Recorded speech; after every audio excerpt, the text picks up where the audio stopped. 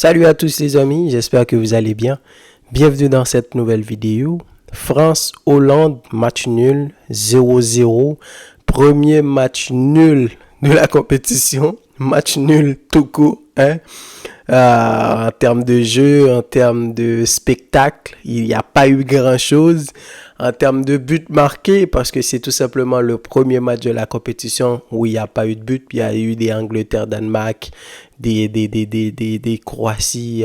C'était quoi? Ils ont joué contre qui? Slovaquie. C'est Albanie ou un truc comme ça. Donc voilà. Match difficile à regarder, les gars. Vous me donnerez votre avis dans les commentaires. Quand la France va jouer, et surtout qu'il n'y avait pas Kylian Mbappé, Kylian Mbappé qui s'était blessé la dernière fois contre l'Autriche.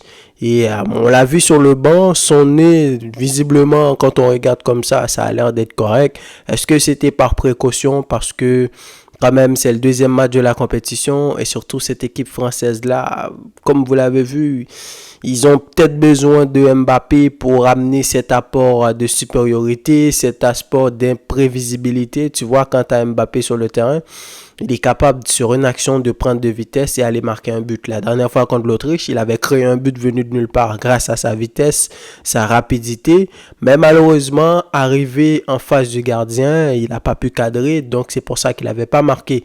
Mais avec lui, il y a de l'imprévisibilité. Et c'est grâce à lui que la France a pu marquer un but sur un centre, même si c'était un but contre son camp.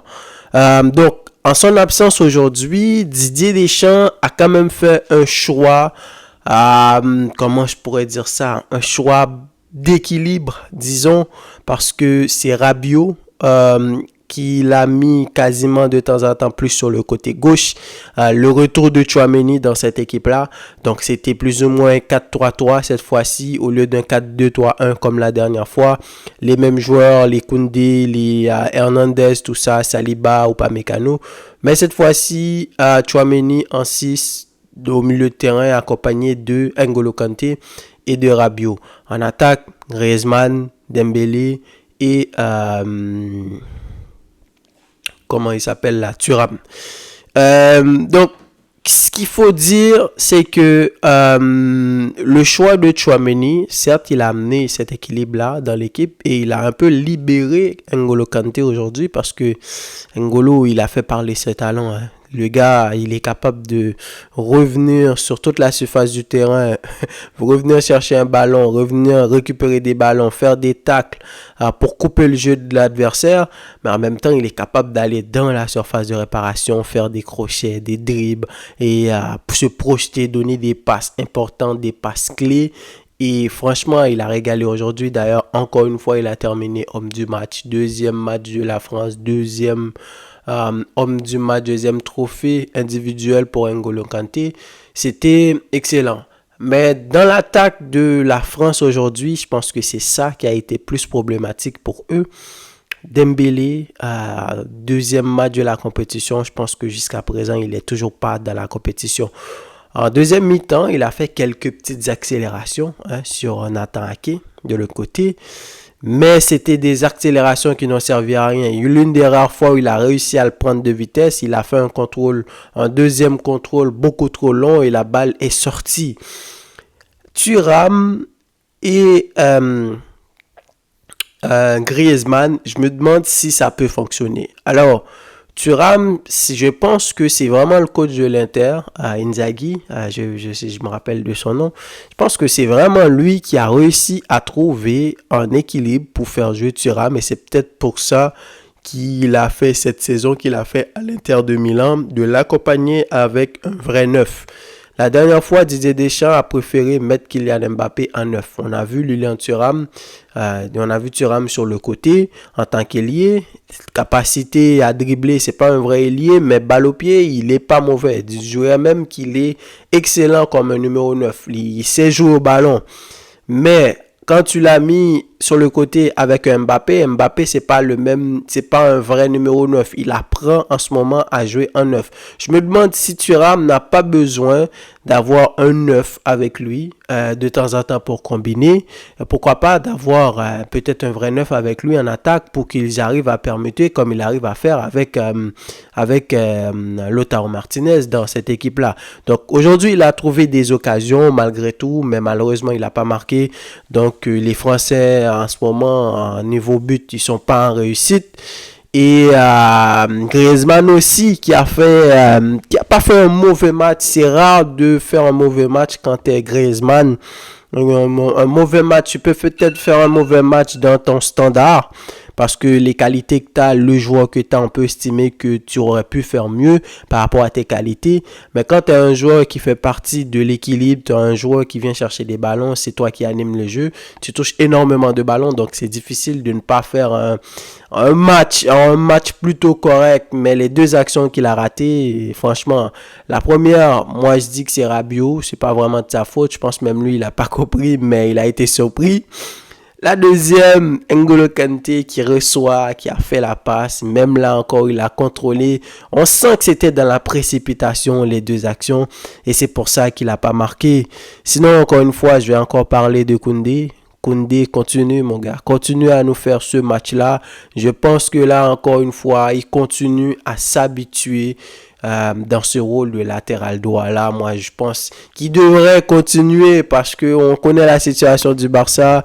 Peut-être on n'aura pas des Kimmich ou Cancelo, on ne sait pas encore qu'est-ce qui va se passer. Peut-être que Koundé ça peut être un véritable latéral droit parce que je trouve qu'il s'améliore. Il s'améliore énormément. Et surtout, il affiche un caractère de guerrier. On l'a vu parler avec Dembélé, il expliquait certaines affaires. On l'a vu dans les replis défensifs, il motivait les gars, etc. Et pourquoi pas Koundé, moi à ta place, je resterai en tant que latéral droit. Il y a des gars en ce moment que tu peux très bien prendre leur place. Qui sait? Ramos, me souvient au début avec le Real, il avait commencé en tant que latéral droit. Au début, vous vous souvenez, Ronaldinho sur son côté qui a vraiment fait galérer Ramos. J'adore Ramos, le grand défenseur qu'il est. Il fait partie de mes meilleurs défenseurs, si ce n'est même pas je pense même que c'est le meilleur défenseur que pour moi. Oui, j'ai vu des Puyol, j'aime bien Mascherano, j'ai aimé Lucio du Brésil. Pourquoi pas Juan aussi, des Thiago Silva, Maldini, mais Ramos, pour moi, en termes de placement, l'athlète qu'il était, et surtout c'est l'un des rares défenseurs à avoir marqué énormément de buts. Donc voilà, tout ça pour dire que Koundé, oui, tu as commencé en tant que défenseur central, mais maintenant tu devrais peut-être t'habituer, à moins que, on sait jamais, après la Copa América, boum, Bayern offre de l'argent et le Barça a réussi à vendre Araujo. À ce moment-là, Koundé sera obligatoirement de retour en défense. Mais sinon, en tant que latéral droit, franchement, discipline, équilibre, c'est exceptionnel. Donc, l'action litigieuse, les amis, l'action polémique, c'est le but de la Hollande, le but de Xavi Simons qui a été refusé.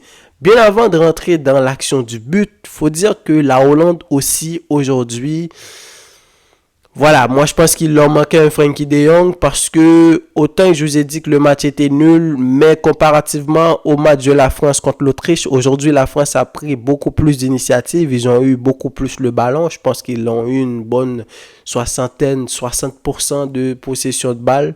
Contre la Hollande aujourd'hui, à un moment donné, les Néerlandais, ils avaient du mal à sortir des Memphis Depay. Je pense que c'est pas vraiment, ça pèse pas vraiment. Xavi Simons aujourd'hui, comme la dernière fois, il n'était pas vraiment dans son match et pour lui prendre son temps pour rentrer dans cette compétition-là. Frimpong qui a été titularisé aujourd'hui, la dernière fois, il était sur le banc.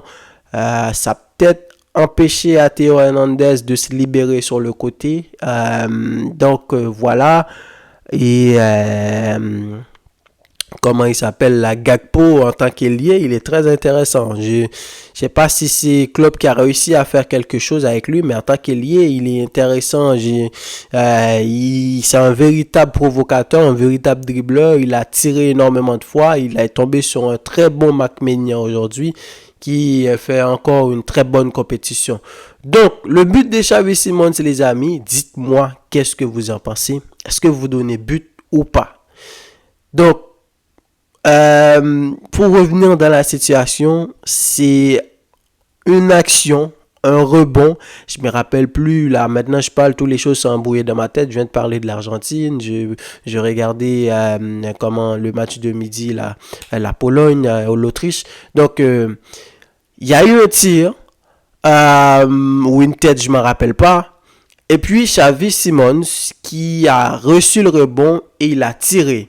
Donc, c'était but jusqu'à ce que le juge de touche, il a levé son drapeau pour dire que c'était hors-jeu. À ce moment-là, l'arbitre a décidé hors-jeu. Donc, moi, je ne l'avais pas vu sur le coup de l'action. Après, on nous a montré le ralenti. Donc, sur la première frappe, c'est clair que Dumfries était déjà à côté de Maignan. Et là, Xavi Simons qui a tiré, c'est allé au fond. Moi, ce qui m'interpelle dans cette situation-là, c'est que Maignan, à aucun moment, il a essayé d'aller chercher le ballon. Et on le comprend très bien parce que même Courtois peut pas aller chercher ce ballon-là. Courtois, il est grand, il a les bras longs, mais même lui, il peut pas aller chercher ce ballon-là. Surtout la trajectoire qu'a pris le ballon et surtout avec la puissance que Xavi Simons, il a tiré la balle. Donc, on se demande, est-ce que Dumfries, il obstrue la vision de Mac-Ménian? Moi, je pense que non, parce que, comme je viens de le dire, Maignan n'est pas allé chercher le ballon. Il a juste vu que c'est un tir qu'il ne peut pas arrêter et il a très bien joué le coup en disant, bon, voilà, et lui, il m'a empêché d'y aller. Est-ce que Dumfries, il a bougé? J'ai revu, je ne sais pas, mais s'il a bougé, est-ce que son mouvement a pu être interprété en sorte qui a empêché à Maignan d'aller chercher le ballon? Encore une fois, non. Il aurait fallu que Maignan aille chercher la balle, il aurait fallu qu'il montre son intention d'aller chercher le ballon. Et à ce moment-là, on aurait pu en juger. Et troisième chose, pourquoi l'arbitre n'est pas allé regarder? Et ça, encore une fois, je pense que c'est pas professionnel. Oui, il y a la VAR, mais c'est quand même toi l'arbitre principal du match, ok? Oui, c'est pas une action de hors-jeu. T'as vu, tu parles avec les gars, ils te disent tout de suite dans quelques secondes, bon, ok, il y a hors-jeu, tu siffles. Là, tu peux décider de ne pas aller regarder. Je pense que ça a duré au moins 2 bonnes minutes avant qu'ils arrivent à prendre une décision. Ils ont choisi, l'arbitre a dit hors-jeu. Après, ils sont encore allés regarder. Il a encore arrêté le jeu. Donc, ça, c'est le genre d'action qui te fait te dire qu'en tant qu'arbitre, tu devrais aller regarder et tu devrais prendre une décision. Oui, il y a les règles. Si le gars, il est en avant, il est hors jeu, il est hors jeu. Mais il y a l'interprétation également de l'arbitre pour savoir, c'est comme les pénaltys. Avant, si ça touchait le bras, c'était penalty. Maintenant, on te dit, si ça touche le pied avant de toucher le bras, il n'y a pas penalty. Là, encore une fois, on peut en parler, mais si ça touche le pied, ça touche pas le bras. Mais dans quelle position était le bras? Pourquoi ça? Mais là, encore une fois, les règles ont été faites à ce moment, à un moment donné, mais plus le football avance, plus le football progresse, je pense qu'on est capable de mettre quelques petits bémols, rajouter quelques petites, je sais pas moi, l'interprétation par exemple, parce que moi, autant je vous dis, il y a les règles, c'est les règles, donc il y a but, il n'y a pas but, parce que oui, il est hors jeu ou quoi. Mais je regarde le gardien, il a voulu tricher. Je regarde la frappe de Xavi Simons, que n'importe qui ne peut pas aller chercher ce ballon-là. Je pense même s'il avait été au premier poteau, cette puissance-là aurait pu le surprendre. J'ai vu des gardiens encaisser des buts au premier poteau alors qu'ils sont là. Il y a tellement une puissance dans la frappe que même lui, c'est aller au fond. Donc, l'arbitre aurait dû aller regarder. C'est pas digne d'un arbitre qui arbitre un match de l'Euro. Si il doit faire partie des meilleurs. Donc, il aurait dû aller interpréter et nous expliquer pourquoi est-ce qu'il a donné hors-jeu ou pas. Mais malheureusement, ça n'a pas été but et on peut dire que la France s'en sort mieux parce que à ce moment-là, c'est la France qui dominait, surtout en deuxième période, c'est la France qui prenait l'initiative, c'est la France qui dominait, c'est la France qui avait plus d'occasions. Mais quand on encaisse ces buts-là dans un temps fort, c'est censé être ton temps fort, et tant qu'est-ce ce but-là, surtout qu'il y avait peu d'inspiration en attaque, je pense que ça aurait pu être compliqué, hein. Donc, dans ce groupe-là, ça va être intéressant de voir. Maintenant, avec ce match nul-là, la France et la Hollande, ils ont tous les deux 4 points, et l'Autriche qui a gagné contre... comment cette équipe-là, là, contre la Pologne, victoire 3 buts à 1, très belle victoire des Autrichiens. Donc, c'est clair que ce groupe-là va nous donner un meilleur troisième. Mais pour l'instant, la France n'est pas encore qualifiée. Ils vont jouer contre la Pologne. On ne sait pas ce qui peut se passer. Est-ce que la Pologne va décider pour son dernier match, pour leur dernier match, de ne pas sortir la tête, pour sortir la tête haute dans cette compétition-là et a posé énormément de problèmes à la France. Pour l'instant, c'est une des plus faibles du groupe. Et l'Autriche contre la Hollande. La Hollande n'est pas encore qualifiée. Donc, je m'attends à avoir un très beau match. Et ça va être intéressant pour voir la suite dans ce groupe-là. Sinon, donnez-moi vos avis, les amis, dans les commentaires. Dites-moi qu'est-ce que vous en avez pensé. Et quant à moi, je vous dis à la prochaine pour une nouvelle vidéo. Salut!